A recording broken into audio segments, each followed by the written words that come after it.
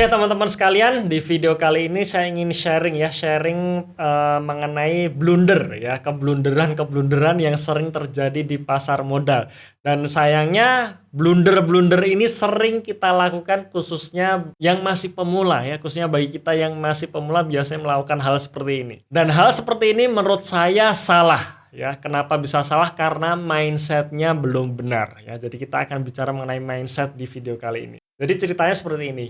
Sekitar bulan Maret atau April, saya lupa ya, Maret atau April tahun lalu, tiba-tiba saya dihubungin teman saya gitu ya, salah seorang sahabat saya hubungi saya, dia curhat nih, curhatnya nyangkut di saham ya, saham Adaro. Dia curhat, bro gua nyangkut nih bro di Adaro. Kemudian gua jawab lagi, gua tanya balik kan, nyangkut di harga berapa gitu ya. Dia bilang di 1.500 bro, beli di Januari ya, bulan Januari kemarin saat euforia, kemudian kena FOMO, beli 1.500 di harga pucuk gitu. Nah waktu itu di bulan Maret April ya teman-teman mungkin masih ingat ya, harga Adaro di perdagangan di sekitar 1.100-an.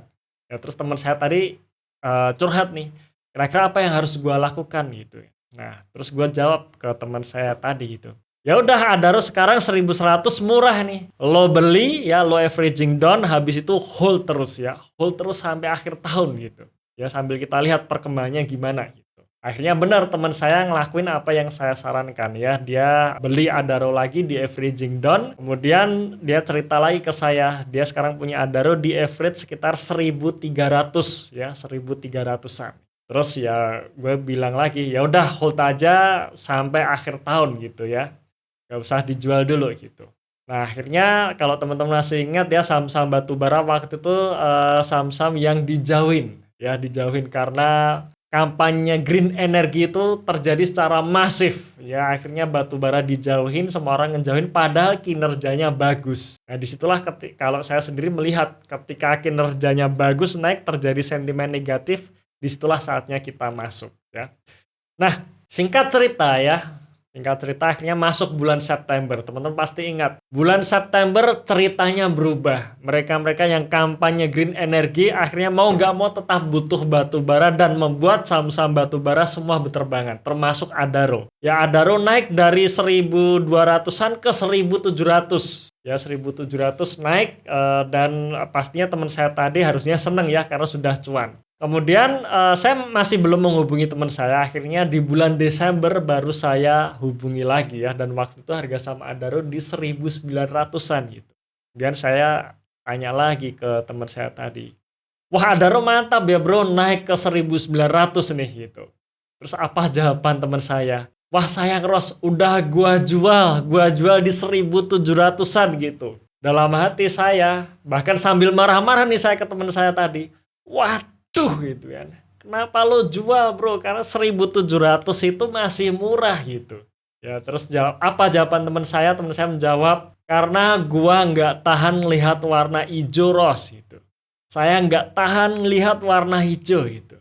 Nah, terus saya balik. Nah kalau gitu ada yang salah dengan lo bro. Berarti lo kuat menahan warna merah, tetapi nggak kuat melihat warna hijau. Nah ini berarti ada yang salah dengan mindset lo bro gitu. Nah terus teman saya juga menyadari, iya nih kayaknya gue salah nih. Maksudnya seperti ini teman-teman sekalian ya, saya ingatkan lagi dan saya akan terus ingatkan lagi. Bahwa di bursa saham itu ada dua tipe investor, dua mindset. Yaitu mereka yang trading dan mereka yang investing. Dua mindset ini jelas beda perilakunya. Mereka yang trading, mereka nggak akan melihat fundamental perusahaan. Selama harga saham itu naik, selama candlenya bagus, selama trennya naik, selama bandar akumulasi, dia tetap akan beli. Karena mereka memang fokus ke harga sahamnya.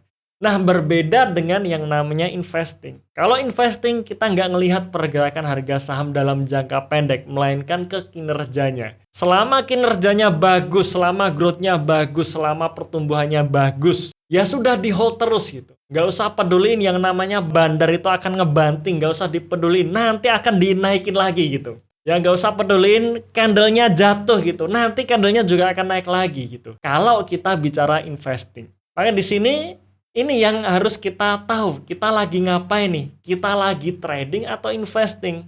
Kalau misalkan kita trading ketika harga saham turun menyentuh level stop loss kita, ya kita harus wajib cut loss gitu. Harus disiplin cut loss. Apapun alasannya harus disiplin cut loss.